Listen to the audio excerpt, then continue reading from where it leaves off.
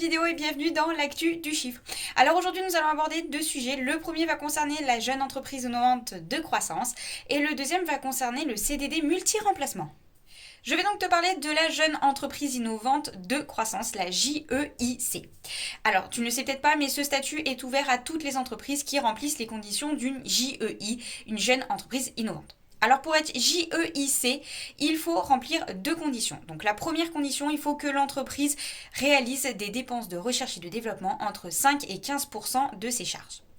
Et elle doit satisfaire à un critère de croissance qui est lié à des indicateurs de performance économique. Alors, ce critère de croissance est considéré comme atteint lorsque l'effectif de l'entreprise a augmenté de plus de 100% et d'au moins 10 salariés en équivalent temps plein par rapport à celui qui a été constaté à la clôture de l'exercice qui précède l'avant-dernier exercice. Et il faut que le montant des dépenses de recherche au cours de l'exercice n'ait pas diminué par rapport à celui de l'exercice précédent.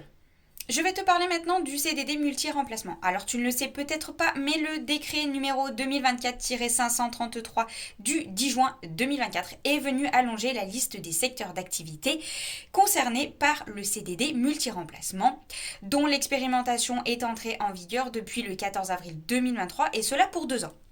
Alors, les entreprises relevant de la branche ferroviaire, de la branche des réseaux de transport public urbain et du statut de la RATP sont intégrées dans le champ d'expérimentation permettant le remplacement de plusieurs salariés par un salarié titulaire d'un contrat à durée déterminée ou d'un contrat de travail temporaire.